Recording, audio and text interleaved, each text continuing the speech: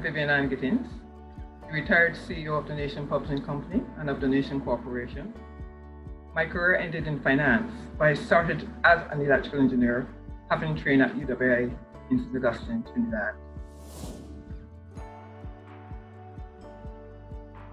I would have entered engineering out of my delight for maths. I like maths. I enjoy doing maths. I was a student at Queen's College, and in order to do A-level maths and A-level physics, we had to go over to Harrison College. So I was in the Harrison College sixth form doing A-level maths and A-level physics, and I really was enjoying myself. And all my colleagues, the ones I was closest to, were applying to do engineering. So I said, why not? I really like physics a lot. I really like maths, and I felt I could do the applied sciences. I look forward to doing the applied sciences. So that's why I eventually chose to go into engineering.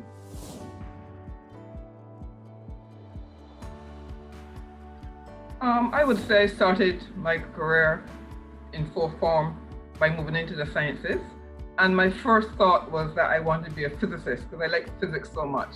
Like to see the applied physics really work in real life. I would go home, I would do the experiments, and it would work, and I'd be enthralled by it. So the first thing I thought of being was a physicist. So I was thought of being a physicist, but as I got closer to like the advanced level of study, I honed in closer to engineering, and particularly electrical engineering.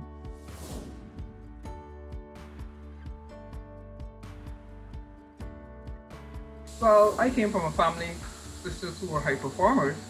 They were not all in the sciences.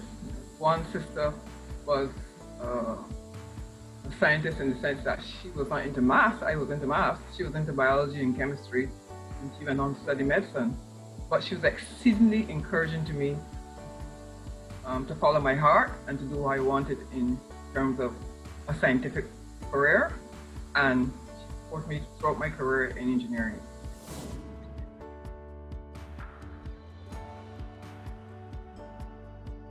When I entered university and I chose electrical engineering, in the very first year you tend to do a very general introduction to engineering kind of stuff, and to engineering topics, and to the applied sciences, thermodynamics, mechanics, and that kind of stuff. But then after the first year, you have to choose a particular stream. And at that time, there were only four: civil, mechanical, electrical, and chemical. And I chose electrical. But the electrical that I chose, in the long term, I wanted to be a telecommunications engineer. And I chose to do telecommunications. That was the particular area I chose in terms of engineering going forward.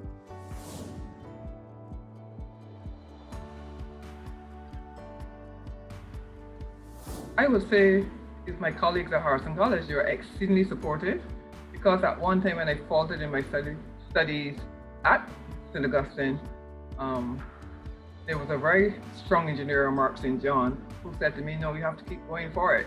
And so they were extremely good, I would say, role models to me and encouragers, because we all went to the same university and we were there together. So that was very comforting and supportive of me.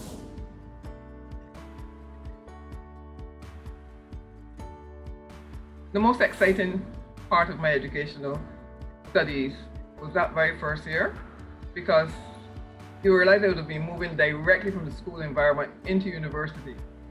But it will always stick in my memory, and I've heard many of my colleagues from that year also said it stuck in their memory. We had a German professor, and he taught us about engineering. And the two things he taught us that were very important were that an engineer is one who solves problems. And I think what was exciting to me is that I enjoyed solving problems in maths.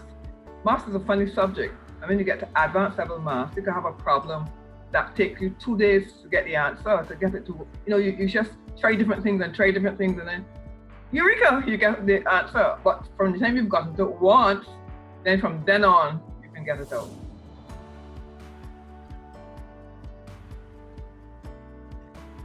The most fulfilling of my career to me relates to what I've kind of alluded to before. I've gone to different things. I went into accounting, I went into finance, and eventually I went into business consulting. And what has stayed with me was that problem solving and decision making skills. if it's one thing I learned from problem solving, it's the decision making skills. That has stayed with me.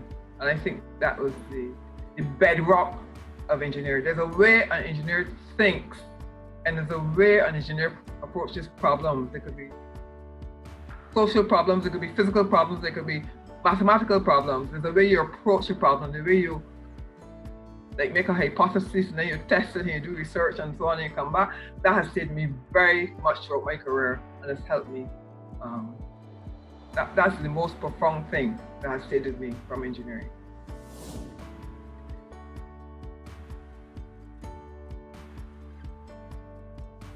I would encourage him to do so. I find it's an exciting area of study. It's stimulating. You feel a great sense of achievement, as I said, when you solve problems that seem insurmountable at the beginning. But it takes dedication and hard work. I think that when you're doing a STEM career, it was strange in the beginning because it was about the applied sciences, and you had the feeling that that was a man's province. It is no longer a man's province.